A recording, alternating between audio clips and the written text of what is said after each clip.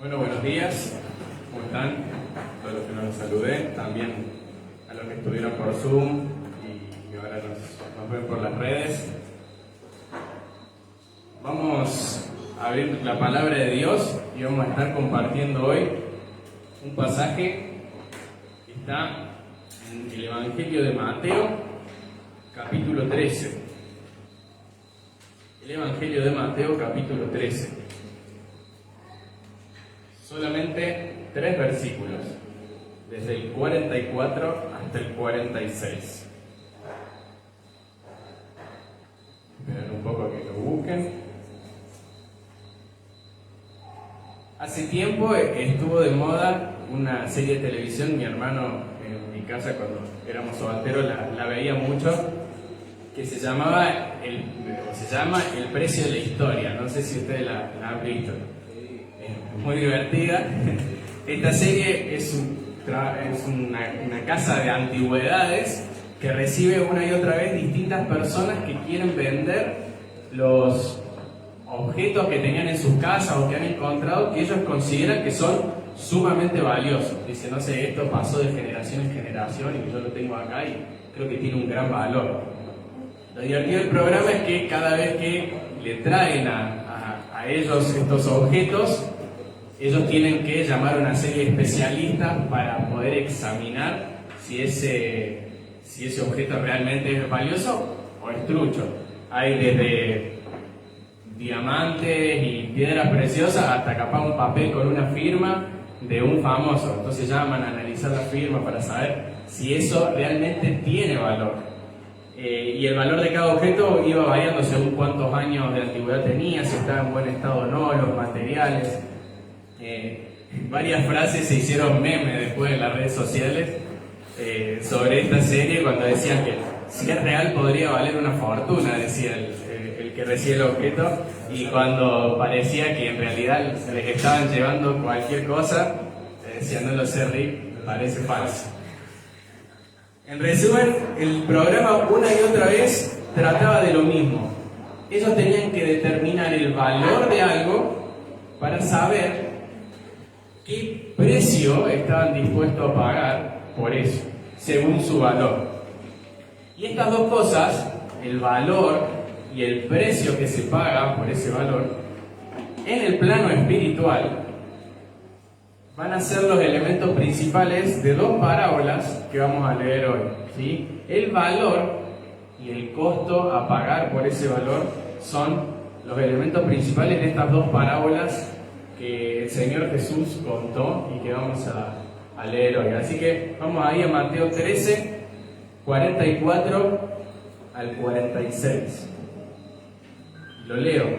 Dice, el reino de los cielos es semejante a un tesoro escondido en el campo, que al encontrar un hombre, lo vuelve a esconder.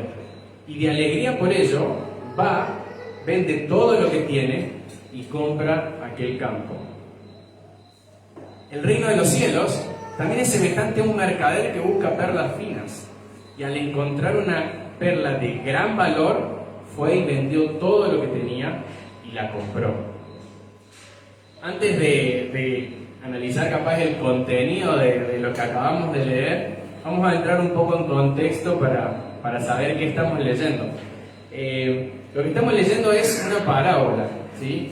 Las parábolas que contó Jesús eran historias sencillas, muy sencillas, que ilustraban verdades espirituales muy profundas, ¿sí? Parábola ahí en el griego, estuve buscando, significa poner al lado de. Da esta idea de comparar 2 cosas, ¿sí? Entonces, por ejemplo, en la parábola que tenemos hoy dice que el reino de los cielos es semejante a, y ahí nos cuenta esa parábola. Hay muchas parábolas, el Señor contó muchas parábolas, y estas historias que eran ficticias y bien sencillas tenían imágenes muy cotidianas para el que las estaba escuchando. Capaz no tanto para nosotros, que las estamos leyendo mucho tiempo después, pero eran cosas sumamente cotidianas para esas personas. Y despertaban mucho interés al escuchar estas historias y eran muy fáciles de recordar. Estas historias no deberían interpretarse, porque al ser historias ficticias muchas veces se cometen esos errores, como bueno, esta historia para vos puede significar esto, pero para mí tiene este significado.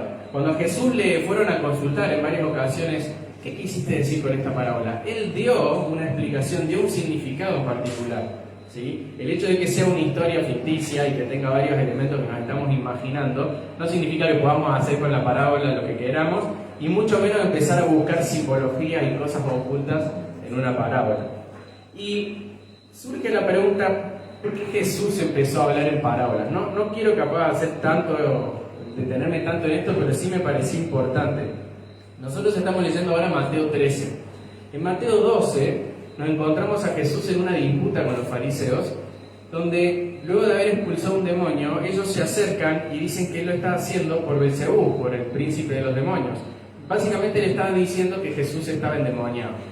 De esa disputa, el Señor dice que eso es una blasfemia contra el Espíritu Santo, no vamos a entrar en ese tema, pero ese día fue como un día cúlmine de una serie de rechazos y de oposiciones a Jesús que estaba llegando sí, a su clímax. Obviamente ese rechazo iba a llegar hasta el día de la crucifixión. Pero en Mateo 13:1 nos dice que ese mismo día Jesús empieza a hablar en parábolas. Y cuando el Señor cuenta la primera que está ahí, que es la del sembrador en los 4 terrenos, los discípulos le preguntan, capaz la misma pregunta que nosotros le hubiésemos hecho o que hoy le estamos haciendo al Señor cuando leemos esto. Señor, ¿por qué hablas en parábolas? Dice Mateo 13, del 10 al 15, y acercándose los discípulos le dijeron, ¿por qué les hablas en parábolas? Y respondiendo a él les dijo, y vamos a ver por qué Jesús hablaba en parábolas. Dice, porque a vosotros se os ha dado a conocer los misterios del reino de los cielos, pero a ellos no se les ha concedido. Porque a cualquiera que tiene se le dará más y tendrá en abundancia, pero a cualquiera que no tiene, aún lo que tiene se le quitará. Por eso les hablo en parábolas, porque viendo no ven y oyendo no oyen ni entienden. Las parábolas van a tener un doble propósito en el ministerio de Jesús. El primero es que al que tiene se le dé más. ¿Qué significa eso? Que aquellos que estaban deseosos de seguir escuchando a Cristo y conociendo, Él les iba a dar historias muy sencillas, con verdades muy profundas para que le sigan conociendo, para que conozcan cómo era el reino de los cielos. Pero tiene otro propósito también, que al que no tiene, dice, aún lo que tiene se le quitará.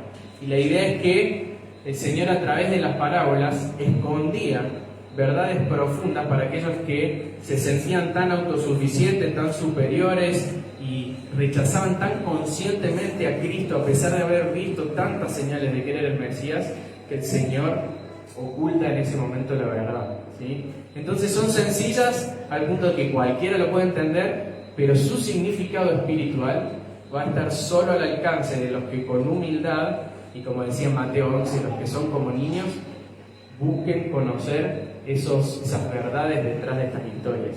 Y a partir de ahí, como dice Mateo después del 13:34, dice que nada les hablaba sin parábolas, y se refiere a que su ministerio público se caracterizó por esta forma de enseñar en su último año de ministerio.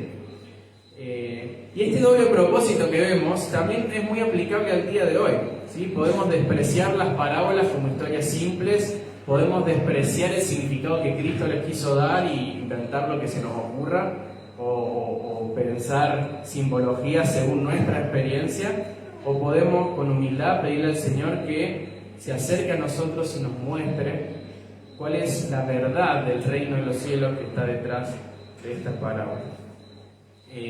Y en el caso de la parábola de hoy, nos narra ahí Mateo 13 también, que se las predicó específicamente a los discípulos en una casa, ¿sí? Así que vamos directamente a la parábola. Antes de ver la historia en sí, la parábola empieza diciendo que el reino de los cielos, acuérdense que estamos comparando dos cosas, que el reino de los cielos es como. Y está bueno hacer una introducción acerca de qué es el reino de los cielos.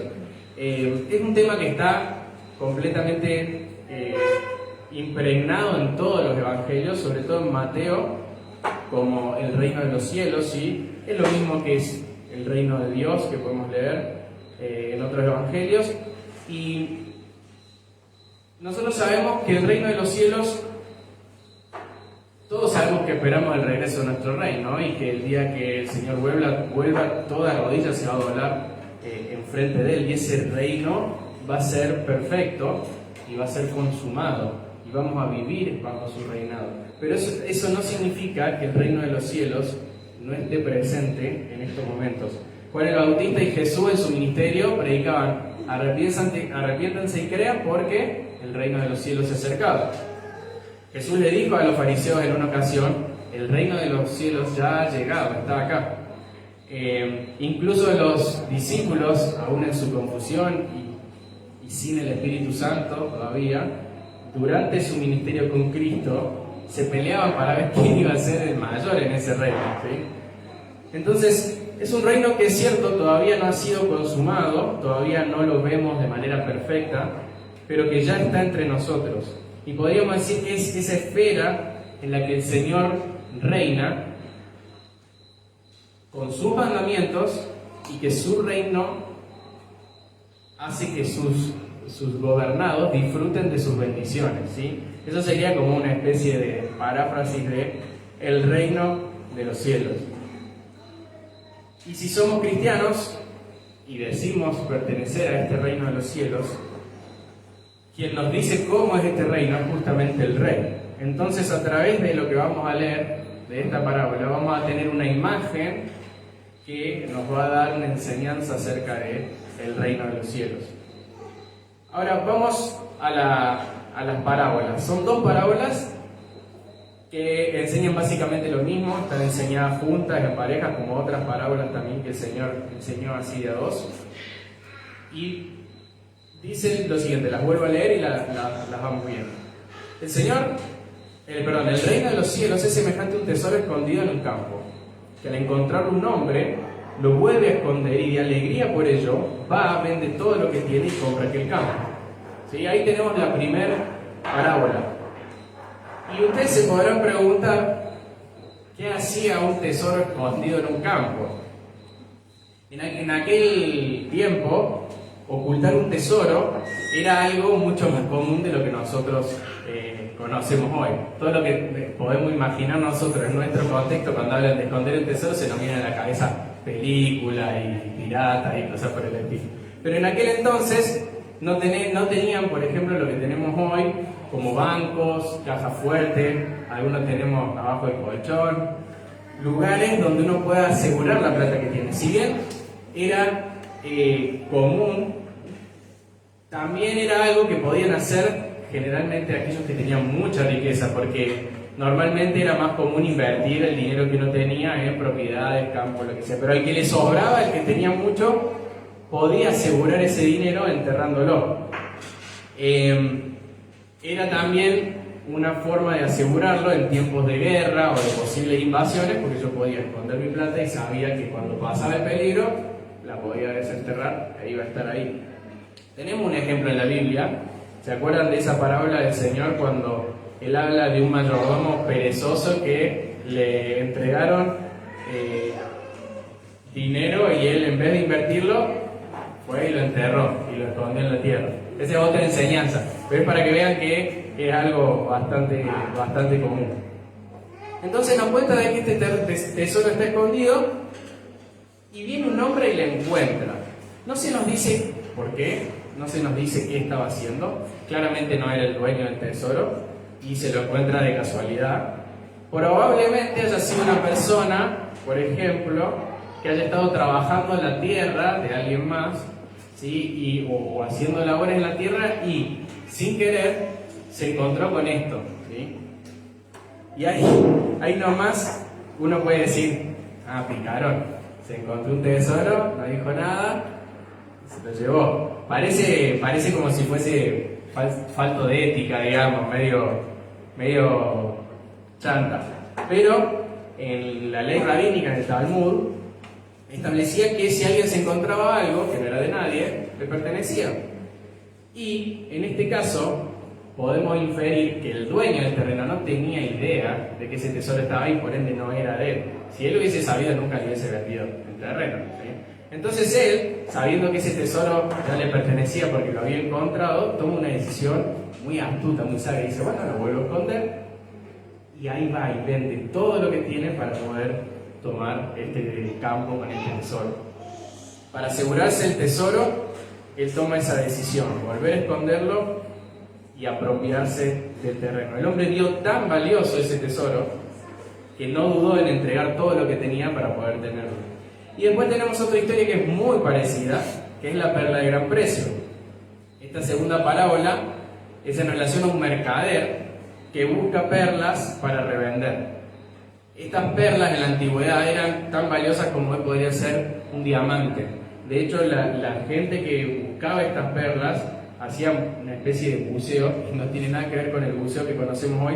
Se ataban piedras pesadas para llegar hasta el fondo del agua y poder buscar ahí, en medio de las otras, esas perlas preciosas, y habían alcanzado un valor muy alto. También tenemos muchas figuras en la Biblia y enseñanzas donde se mencionan las perlas como muy valiosas. Jesús mismo en Mateo 7 habló, por ejemplo, de no echar las perlas a los cerdos, ¿sí? Porque era como una figura de echar algo muy valioso y desperdiciarlo. Esas perlas tenían un valor muy, muy grande. Esto no es menor a la hora de entender el significado y el peso de esta parábola. Entonces, invertir en perlas era algo muy confiable. Entonces, vemos en ambas historias una actitud que, si la vamos a pensar en frío, parece un poco desmedida. A mí, mi papá y otras personas que me han aconsejado siempre me han dicho que a la hora de invertir, no pongas, un dicho muy conocido, no pongas todos los huevos en la misma canasta, ¿sí? Acá vemos una persona que a la hora de invertir es como que dijo, no, yo vendo todo. Podría ser algo que terrenalmente parece desmedido, desaconsejable, pero esto nos quiere dar una enseñanza muy valiosa sobre el reino de los cielos. Y estamos viendo una figura de algo que tiene realmente un valor incalculable. Entonces esta parábola, junto con otras parábolas, nos caracteriza el reino de los cielos, y en particular esta nos va a hablar acerca de cómo es la entrada y la permanencia a este reino de los cielos. Podríamos decir, como para tomar una enseñanza común de ambas parábolas, así en resumen, que Cristo y su reino, cuando hablamos de su reino hablamos de su evangelio, hablamos de su reinado, su señorío, su salvación. Cristo y su reino son de un valor tan incomparable que aunque no se vea a simple vista, quienes lo encuentran, por gracia, lo ven tan valioso, que por convicción y alegría son capaces de pagar cualquier precio por tenerlo, ¿sí? El reino, Cristo y su reino, son de un valor tan incomparable que aunque a simple vista no se ve, los que lo encuentran por gracia lo ven tan valioso que con convicción y alegría son capaces de pagar cualquier precio por tenerlo. Así que de acá en adelante vamos a ver dos elementos, dos puntos principales de ambas parábolas. Si uno pusiera como un cuadro comparativo, podría ver que las dos parábolas tienen casi la misma estructura y las mismas escenas, ¿sí? Vamos a hablar después de alguna diferencia que tienen, pero vamos a ver estos dos elementos que son los dos elementos principales: el valor de Cristo y su reino y el costo a pagar por el valor del reino, ¿sí? El valor de Cristo y su reino, el valor y el costo a pagar por el valor del reino. La leo de nuevo, están cortitos, así que... El reino de los cielos es semejante a un tesoro, dice el 44, a un tesoro escondido. Y el 45 dice una perla de gran valor. Esas dos palabras ya nos dan una pauta de algo con un gran valor, ¿sí? De algo sumamente valioso. Pero no es un valor que se ve a simple vista, ¿sí? Nosotros vemos que el tesoro estaba escondido, no cualquiera que pasaba podía ver el valor de ese tesoro, y que la perla tampoco estaba así a la vista como con un cartel que decía esta es la perla más valiosa que vas a encontrar, ¿sí? Ambos elementos no estaban a simple vista y fueron encontrados. Entonces, el valor de Cristo y su reino no es algo obvio, y que todos vean. Jesús mismo, como les decía recién en Lucas 17, cuando le preguntan por el reino de los cielos, Él dice, en el versículo 20 y 21, dice: el reino de Dios no viene como con señales visibles, ni dirán, miren aquí está o allí está. Y después dice, porque el reino de Dios está entre ustedes. Entonces lo que le está diciendo es, el reino está, ustedes no lo ven. El reino ya llegó, ustedes no lo están viendo. El reino, como el tesoro y la perla, no se ven a simple vista. De hecho, Jesús a Nicodemo en Juan 3:3 les dijo: en verdad te digo que el que no nace de nuevo no puede ver el reino de Dios. Fíjense que no es algo que todos pueden ver, no es algo que todos, por más de que su valor sea incalculable, no todos ven ese valor. Nosotros estudiamos en 1 Pedro 4, creo que la semana pasada o la anterior, que cuando los incrédulos veían la fe de aquellos a quienes Pedro le escribía la carta, dice: y en todo esto se sorprenden de que ustedes no corran con ellos el mismo desenfreno de disolución y los insultan. Es decir, frente a alguien que no ha visto el valor del reino, porque el valor del reino no se ve a simple vista, él no puede entender lo que está haciendo alguien que sí ve ese valor. Entonces, lo primero que vemos es que este reino tiene un valor, pero que ese valor no se ve a simple vista. Y es normal, y esto nos da una pauta de qué nos vamos a encontrar nosotros en nuestra vida cotidiana. La gente que no ve ese valor no va a entender nuestra conducta. Repudiar un pecado, ¿qué es ser un pecado? Sacrificarse por algo eterno, ¿qué es eso? Negarse placeres terrenales, ¿para qué? ¿Qué es eso? ¿Qué? Pero estamos hablando de personas que ven dos cosas totalmente distintas. Y los que no ven ese valor del reino nunca van a comprender lo que hacen o lo que sienten las personas que sí lo ven. Ahora, cuando vemos estas dos parábolas también podemos ver una pequeña diferencia. Esa diferencia también trae como bastantes complicaciones a la hora de interpretarlo, porque en el primer caso nos encontramos con una persona que se encuentra un tesoro de purísima casualidad. No estaba buscando un tesoro y se encuentra este tesoro valioso. Pero en el caso de la perla tenemos a una persona que busca algo valioso y lo encuentra. Ahora la pregunta es, ¿podríamos nosotros concluir que entonces hay quienes buscan a Dios y hay quienes no buscan a Dios? Y la verdad es que esto sería muy incongruente con el resto de las Escrituras. Nosotros en Romanos 3, en el versículo 10 y 11, por ejemplo, que nos dice que no hay justo ningún uno, dice que no hay nadie que entienda y no hay nadie que busque a Dios. Entonces no podemos sacar esta parábola de la palabra de Dios y tomarla sin entender lo que la Biblia nos enseña y llegar a una conclusión que no es así. El Evangelio en realidad justamente es la historia de Dios saliendo al encuentro de aquellos que no lo estaban buscando. Dios lo que hace es revivir muertos, es cambiar corazones de piedra en corazones de carne. Sin embargo, sí podríamos decir que a la hora de ver externamente la conducta de algunos, aquellos a los que el Señor les sale al encuentro y los atrae a Él, algunos podemos ver que realmente se encuentran con el Evangelio sin haber estado ni siquiera interesados. Alguien les habla y dicen: ¿qué es eso? Y empiezan a entender y el Señor obra en sus corazones y comprenden el Evangelio. Y tal vez nos encontramos con gente, y de hecho puede haber sido el caso de algunos de ustedes, que tienen una búsqueda por la verdad. Y el Señor los guía y los atrae a ver esa verdad en Cristo. De hecho, es más aplicable eso a la parábola, porque quien estaba comprando perlas no está buscando esa perla que encontró. Justamente él ni siquiera se esperaba tener que vender todo. Se encuentra algo y es un hallazgo en ambos casos que podemos decir: che, qué suerte. Pero nosotros entendemos que era una imagen de la gracia de Dios. Es algo que ellos no estaban buscando, ¿sí? Entonces, sea que nosotros hayamos buscado en nuestra vida al Señor, o que estemos buscando capaz, o sea que nunca lo buscamos y un día sin esperarlo nos encontramos con el Señor, tenemos que recordar que es siempre el Señor el que nos da la gracia para nosotros encontrarlo. Sabemos que es Él el que se nos da a conocer. Y debemos ser agradecidos de que el Señor nos haya permitido encontrar algo de tanto valor. John MacArthur agrega algo más a esto y dice que, está muy bueno en un libro que se llama Parábolas, que en ambas historias este reino se apropia de manera personal.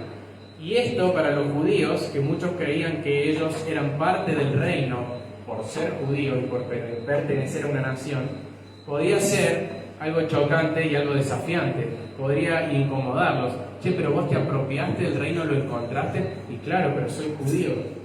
No, estas dos parábolas nos muestran que es algo personal, es algo individual. Y nosotros también podemos caer en el mismo error. Me está hablando del reino, si yo vengo a la iglesia, yo ya sé cómo es el reino de los cielos. Pero la pregunta es, ¿te encontraste ese reino valioso? No importa si venís de una familia cristiana, no importa si perteneces a una iglesia hace mucho tiempo. ¿Encontraste el valor de ese reino? Sí, entonces, el reino es de un valor incomparable. En ambas parábolas podemos llegar a la conclusión, yo sé que no hay que imaginar demasiado, pero vamos a tratar de imaginar dentro del texto. Piensen en las cosas que tenían esas personas en sus casas. Ellos tenían objetos de valor, seguramente habían ya el comerciante de haber tenido sus cosas también, que había conseguido a buen precio, que las conservaba. Seguramente ellos tenían cosas que eran valiosas. Pero ellos llegaron a la conclusión, cuando encontraron ese perla de ese tesoro, que nada de lo que tenían antes se acercaba todo junto al valor de eso.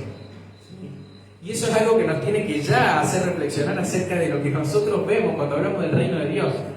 Eso significa que el reino de Dios es tan valioso que vos en tu vida, no sé qué tenés en tu vida, pero lo que tengas todo junto, no se compara al valor del reino de Dios, de Cristo y su reino. Ellos vieron eso como algo sumamente deseable y como una oportunidad única, no le podían dejar pasar. Ellos no habían visto algo así jamás en su vida. Por eso es su actitud de pedida. Me pregunto si nosotros vemos lo mismo cuando vemos a Dios, o vemos en Cristo a alguien más, o vemos en Cristo un maestro, alguien que nos ayuda, alguien que fue moralmente correcto y nos enseña cómo caminar. ¿Estamos viendo eso? Primera de Pedro habla de que la herencia que tienen los cristianos, en Primera de Pedro 1.4, es incorruptible, inmaculada, que no se marchitará y que está reservada en el cielo para nosotros. Es algo precioso, es algo hermoso. Sin embargo, cuando hablamos de Cristo y su reino como valioso, también podemos perder de vista algo. No es solo valioso lo que Cristo tiene para darnos. La salvación es muy valiosa. Pero si vamos a hablar de que Cristo y su reino son valiosos, antes deberíamos recordar algo que es muy importante. Cristo es lo más valioso. Jesús es la perla más preciosa. El tesoro más hermoso es Cristo mismo. Nosotros nos encontramos, por ejemplo, en el bautismo de Jesús. Dios Padre habla y dice: este es mi Hijo amado, en quien me he complacido. El Señor no había pronunciado esas palabras antes a nadie. Jesús es para Dios Padre, Jesús es para el Señor, para Dios, alguien completamente hermoso, que le causa un gozo enorme, que se complace en Él. Nosotros también sabemos, en Colosenses 1, por ejemplo, nos habla que por medio de Cristo y para Él fueron creadas todas las cosas. Jesús tiene un valor incalculable. Y la parábola se transforma en un llamado cuando entendemos o recordamos quién la está contando. ¿Quién está contando la parábola? Jesús le está contando. Y Jesús le está diciendo a un hombre que encontró un tesoro y le encontró también que dejó todo. Jesús le está diciendo: véanme valioso, valórenme, soy valioso para ustedes, soy lo más valioso que algún día se van a poder encontrar. Y no es un valorame, como podemos tener algún amigo con baja autoestima que dice: valorame, loco, valorame. Es un valorame de: soy tu salvación, soy lo más valioso del universo. Es un valorame como si una persona se estuviera por morir en un incendio y viene alguien a rescatarlo. Es ese valorame. Es valorar lo más grandioso que podríamos tener. Jesús no necesita que lo valoremos. Él no está esperando que lo valoremos para Él sentirse bien. Es algo que nos conviene a nosotros. Nosotros tenemos que valorar a Cristo. No podemos verlo como alguien más, no podemos ver al reino de Dios como algo más en esta tierra, no podemos permitir que se nos nuble tanto la vista de que Jesús sea algo más, que participar en una iglesia, que entender la comunidad salvada de Dios sea algo más para nosotros. No puede ser. No puede ser que el servicio a Dios sea algo más entre tantas cosas que hacemos. Necesitamos valorarle nosotros. Él no necesita de que nosotros le valoremos. Nosotros necesitamos darle valor a Jesús. Y este llamado directo de Jesús a que veamos valor en Él y podamos disponernos a dejarlo todo, es lo que sigue después de esto. ¿Se acuerdan? Dos elementos. El primer elemento, el valor de Cristo y su reino encontrado. Y el segundo elemento va a ser el costo. El costo por el reino, por Cristo y su reino. ¿Sí? Dijimos que Cristo y su reino son de un valor tan incomparable que aunque no se vea a simple vista, quienes lo encuentran, por gracia lo ven tan valioso que por convicción y alegría son capaces de pagar cualquier precio por tenerlo. Por convicción y alegría son capaces de pagar cualquier precio por tenerlo. Entonces ya vimos el valor, veamos ahora lo que ese valor nos exige a nosotros.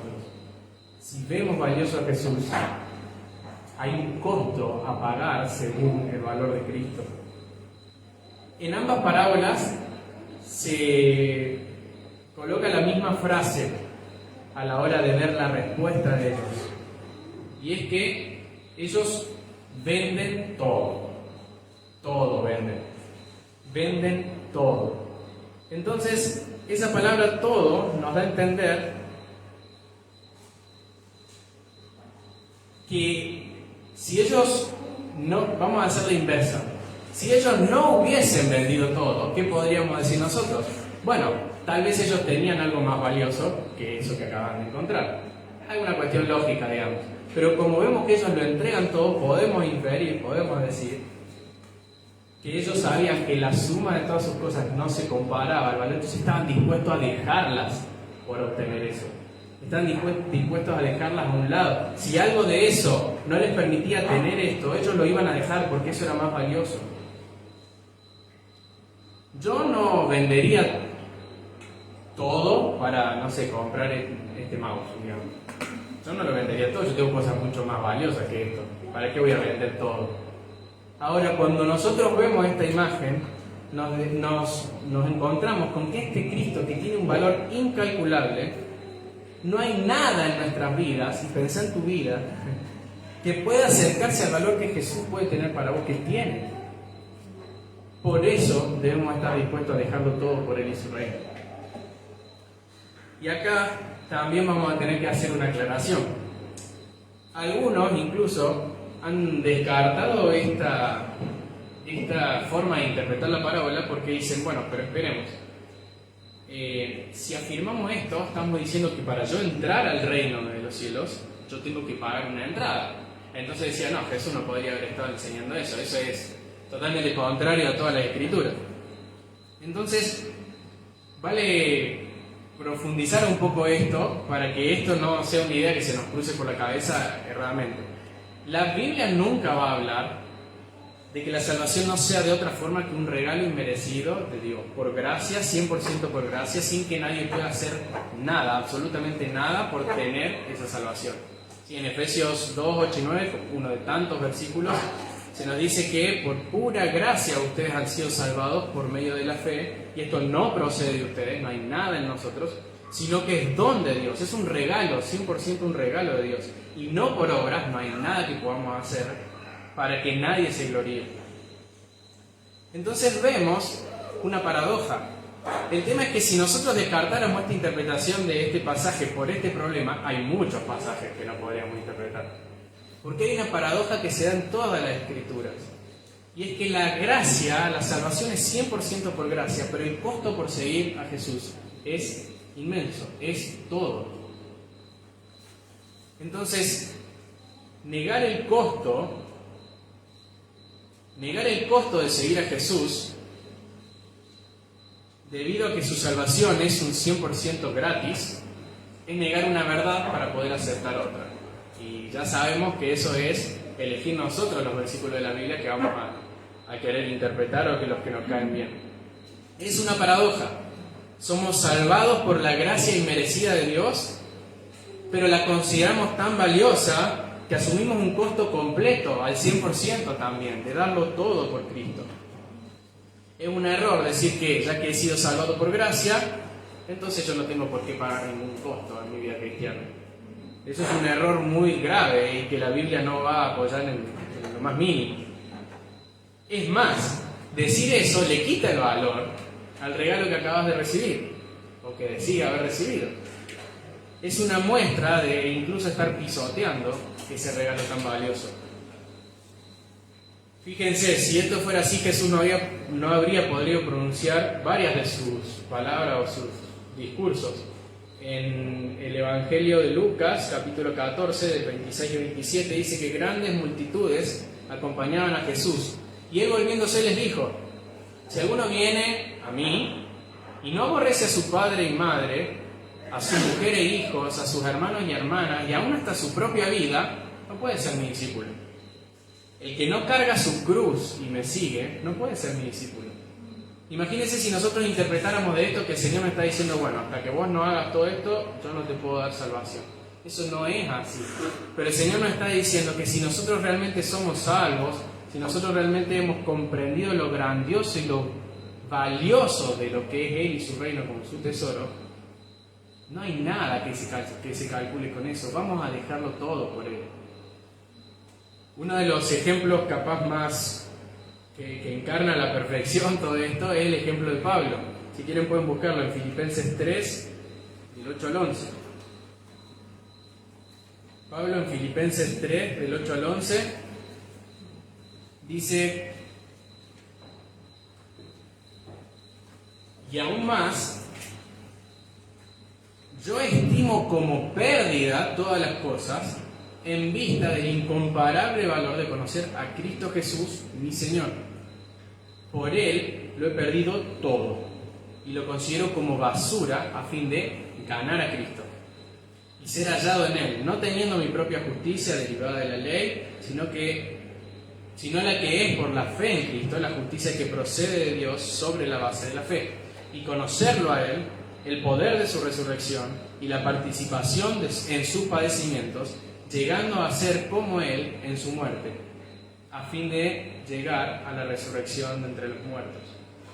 Fíjense lo que vimos ahí al principio de este pasaje. Pablo está usando también un lenguaje económico. Dice: yo considero como pérdida todas las cosas en vista de el incomparable valor de conocer a Jesús. Incomparable valor, ¿sí? Él comparaba lo que él tenía con el valor de Jesús. Dice: el valor de Jesús es incomparable y por Él lo he perdido todo y lo considero basura. Y ahí dice estiércol, lo considero basura a fin de ¿qué? De ganar a Cristo y ser hallado en Él. Entonces vemos que nada en nuestra vida se puede comparar con el precio, con el valor de Cristo, al punto de que nosotros estamos dispuestos a pagar cualquier precio. Yo no sé qué precio el Señor me va a hacer pagar o voy a tener que pagar en mi vida cristiana. Seguramente cada vez sean más, no sé, pero yo tengo que estar dispuesto a que todo sea despreciable en comparación a Cristo, todo. Y ojo, no significa que lo que tengamos sea malo. Yo estoy estudiando una carrera universitaria y no digo que eso sea malo, y puedo tener un montón de cosas que hago y que no sean malos, puedo tener trabajo. Incluso, veamos, el Señor habla de la familia ahí en Lucas 14, y sabemos lo que Dios dice acerca de la familia y de lo bueno que es de su diseño. Sabemos que estas cosas son buenas. Lo que pasa es que tenemos que entender que aún las cosas buenas no se pueden comparar.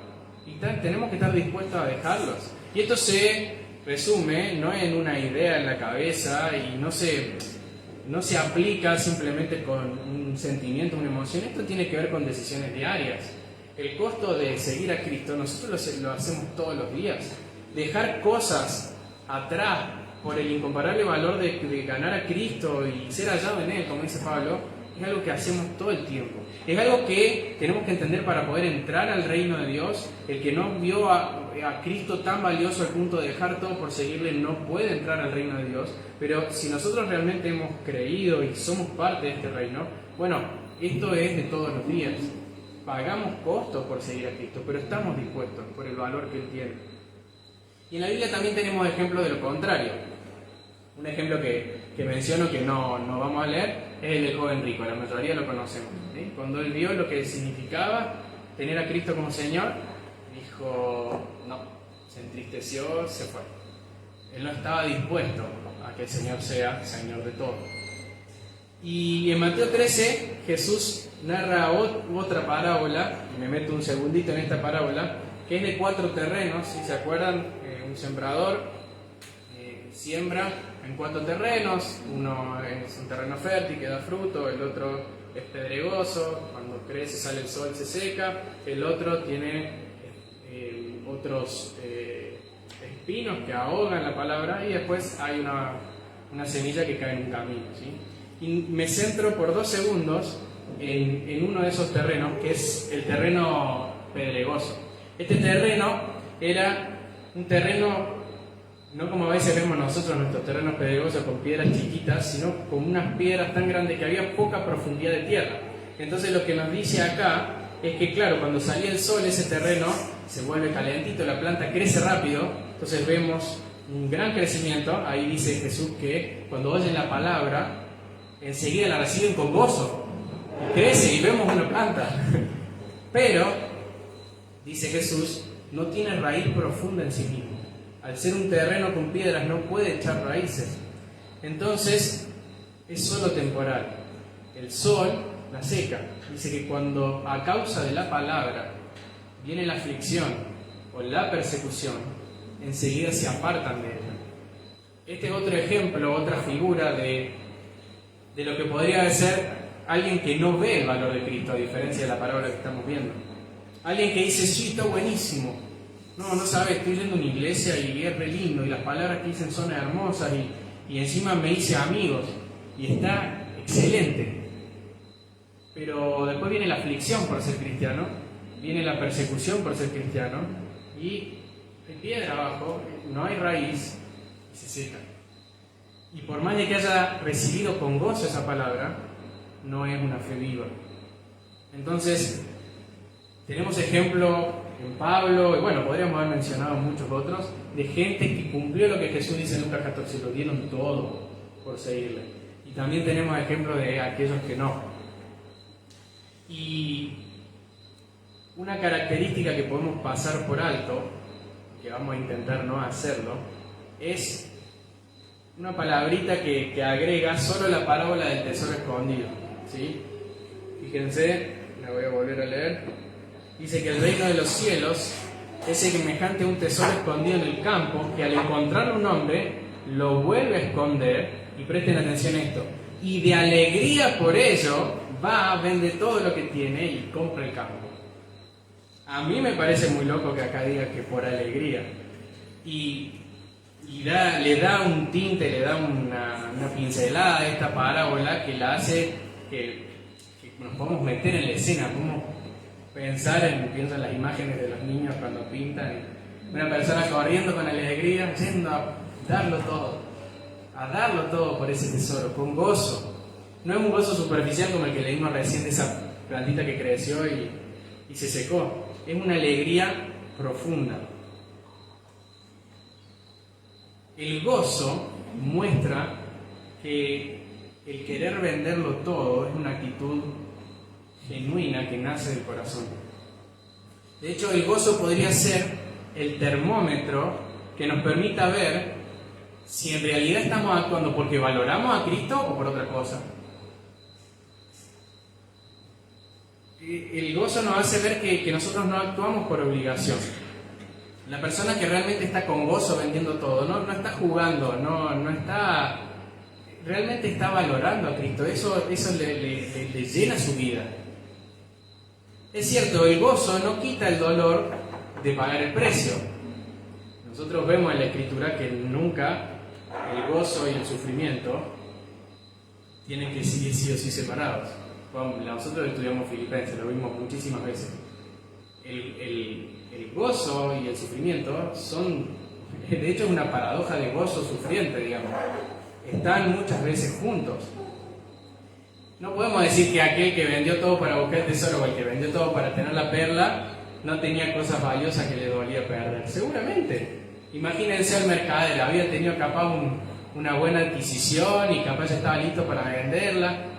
Y seguro que debe haber dicho como, che, estoy vendiendo esto que me costó, que era valioso para mí. Pero yo veo ese tesoro, veo esa perla, digo, bueno, sí, lo vendo, porque cuando veo el valor digo, no se compara. Y según va pasando el tiempo, nosotros también vamos entregando cosas y eso no quita que suframos, no quita que tengamos que padecer. No es que somos masoquistas que andamos sufriendo por Cristo porque nos gusta el sufrimiento, lo que nos gusta es Cristo. Eso es muy distinto. Lo que valoramos nosotros no es el hecho de estar perdiendo cosas. A todos nos cuesta perder cosas, pero lo que valoramos es Cristo. Ese es el punto. Entonces yo también me pregunto, ¿qué pasa si en nuestra vida hemos perdido el gozo? ¿O qué pasa si hemos arrancado la vida cristiana, pero no encontramos gozo en eso? Lo que creo que esta parábola nos enseña es que nunca debemos desconectar el valor que hemos visto en Cristo del costo que estamos pagando. En el momento en que esas cosas no están juntas, claro que pagar precios por Cristo es algo demasiado costoso para nosotros, porque no vemos por qué, no vemos la causa, no vemos el motor, no vemos el valor de Jesús. Entonces, la reflexión es esta: si el costo que estamos pagando, que vos estás pagando por Cristo, si el costo que vos estás pagando no es por Cristo, y en esto podemos decir, puede ser para agradar a otros, para ser aceptado en un círculo, para no fallarle a tus padres o a tu familia, para ser una persona moralmente ante los ojos de la sociedad. Bueno, estas y cualquier otro ejemplo que podamos poner, estas cosas no tienen el valor que tiene Cristo. Entonces, cuando los costos sean demasiado altos, esto no te puede sostener. Vas a perder el gozo y no vas a querer dar nada. Estas cosas cualquier cosa que no sea Cristo, al no tener el valor de Cristo, no va a sostener en el tiempo nuestras buenas obras. Necesitamos volver a mirar nuestros corazones y tratar de poner nuestra mirada en el tesoro, en la perla, en lo valioso, en Jesús. Y de esta manera el Señor va a obrar que queramos dejarlo todo. Es algo que van a hacer de nosotros, no es por obligación, pero lo que nos obliga es el amor que vemos, que tenemos por Dios, lo que el Señor obra en nuestros corazones para ver la gloria de Cristo. Solo valorando a Cristo tenemos un motor de gozo para darlo todo por Él, un motor de gozo. Y yo en mi vida capaz me he encontrado con personas así que me han dicho y me han confesado, gente que yo amo también, que en su vida cristiana y en la iglesia donde están y donde están sirviendo, me dicen, pero estoy frustrado con el cristianismo, porque parece como que no funciona. Yo me esfuerzo, pero no encuentro satisfacción, o no me va mejor que antes, o a veces quiero hacer algo y no lo logro, y el pecado, y hay una especie de frustración que se puede resumir en esto: ¿estás viendo el valor de Cristo? O sea, a todos nos cuesta dejar cosas, pero ¿estás viendo el valor de Cristo? Si tus esfuerzos por ser cristiano, digámoslo de alguna manera, son frustrantes para vos, la pregunta es si estás viendo el valor de Cristo. Y si en nuestra vida cristiana hemos visto el valor de Cristo y también estamos en situaciones difíciles, tomémonos un tiempo y digamos, quiero ver a Cristo valioso. Sé que una vez que lo vea y que pase tiempo en su palabra y vea a ese Cristo revelado y vea su evangelio, sé que el Señor va a empezar a generar en mí unas ganas de dejarlo todo, porque porque no viene de nosotros, viene del valor que estamos viendo. Entonces nos animemos a pedirle al Señor. Todos tenemos un largo camino por recorrer, Nadie acá está viendo a Cristo lo suficientemente valioso como Él debería ser visto. Entonces nos dispongamos a que el Señor trabaje en nosotros, para que Cristo no sea alguien más, sea alguien valioso. Y necesitamos ejemplos los unos a los otros. Gracias a Dios, yo creo que en esta iglesia tenemos ejemplos y yo les agradezco. Yo doy gracias a Dios por personas que me han dado mucho ejemplo de esto. Es más, yo he visto gente que al darlo todo por Cristo y al considerar todo basura y al darlo todo por Cristo, me han hecho tan bien a mí, me han servido porque sabían que estaban sirviendo a Cristo cuando me servían a mí, y he sido tan beneficiado que le doy muchísimas gracias a Dios por la gente que cada vez ve a Cristo más valioso y deja cosas atrás y deja cosas atrás, y a mí me ha alentado a decir, che, ¿cómo yo no también voy a poder dejar eso atrás? Y tratar de dejarlo. Y no es porque nosotros pongamos los ojos en esa gente que es ejemplo. No es porque nosotros digamos como, che, mirá fulanito. ¡Wow! Entonces ahora medito en fulanito y veo cómo un fulanito deja todo. No, lo que nosotros tenemos que ver es cómo ellos han dejado todo por Cristo. ¿A quién están viendo ellos? Están viendo a Cristo. ¿Sí? Entonces, yo lo que le tengo que pedir a Dios es, Señor, mostrame a Jesús como se lo estás mostrando a Él. Que en la Biblia sea evidente para mí el valor de Cristo como lo es para Él o más. Y también me hace un llamado de atención. ¿Qué me surge a mí en mi corazón cuando veo a gente darlo todo por Jesús? Siempre me genera eso, siempre me genera la alegría de ver a otro dando todo. La verdad es que muchas veces cometemos el error de que cuando vemos gente darlo todo por Cristo, decimos, no, ¿sabes qué? Aquel es medio fanático, está medio loquito. O lo que pasa es que él es medio legalista, entonces le gusta, ¿viste? Como... O él cayó en el activismo, hace tantas cosas, pero él es un activista. No. Y no vemos que tal vez esa persona está dando mucho más de lo que nosotros damos, no porque sea alguien que cayó en el activismo o en el legalismo, o porque es un fanático que no piensa, sino porque capaz él está viendo el valor de Jesús y vos no lo estás viendo. Entonces, en el contexto de la iglesia, estimemos esas cosas, nos ayudemos los unos a los otros, y si todavía nos cuesta y queremos seguir creciendo en darlo todo por Cristo, que el Señor nos ayude a verlo a Él valioso.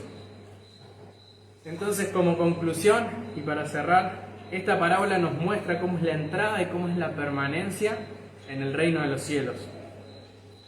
Y Cristo y su reino son de un valor tan incomparable que aunque no se vea a simple vista, quienes lo encuentran, por gracia, lo ven tan valioso que por convicción y alegría son capaces de pagar cualquier precio por tenerlo. Debemos arrepentirnos de ver a Cristo como algo más, entre otras cosas. Debemos ir a la palabra para encontrar el tesoro del Evangelio y amar cada día más a Cristo. Si vos no sos parte de este reino, si vos no te considerás parte de este reino, o si dudás si sos parte de este reino, la salvación es completamente gratuita en Cristo, pero seguirle te va a costar todo. Pero orá al Señor para que puedas ver a Cristo valioso, porque la salvación que está en Él te va a hacer pagar ese costo con gozo, para que Él te muestre el inmenso valor de Cristo. No deseches lo más valioso, no desprecies lo que es lo más preciado del mundo. Arrepentite también de valorar otras cosas, de poner tu fe, tu confianza o tu valor en otras cosas, y poné tu fe solo en Jesús. Y si sos parte de este reino y valorás a Cristo, recordá que la vida cristiana te va a hacer pagar muchos costos, pero enfocate, orá, pedirle al Señor, mirar a Cristo en su palabra, mirar su valor, y que eso nos llene de un gozo tan grande que ni lo dudemos a la hora de dejarlo todo. El Señor nos dé la gracia de ayudarnos entre nosotros a otros, y también el Señor nos regale ejemplos acá en la iglesia de gente que lo da todo por Cristo, ¿sí? Así que vamos a orar para terminar. Nosotros acá, los que nos están siguiendo en las redes, vamos a orar para finalizar.